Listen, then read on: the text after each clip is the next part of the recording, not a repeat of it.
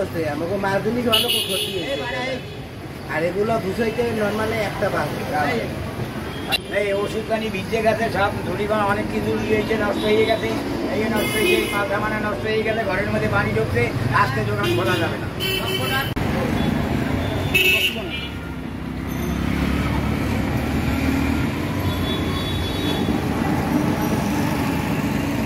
হ্যাঁ, এতে আমাদের প্রায় 1 লক্ষ টাকার মতো বই ভিজে গেছে বুঝছেন। এখন আমরা তো এর কোনো মানে সুরা পাই না কারো দিয়েই, যে এই রাস্তা যে আবার এখান দিয়ে এই ঢালু রাস্তা আপনার ভালো করবে তার জন্য কেউই আগাই আসে না।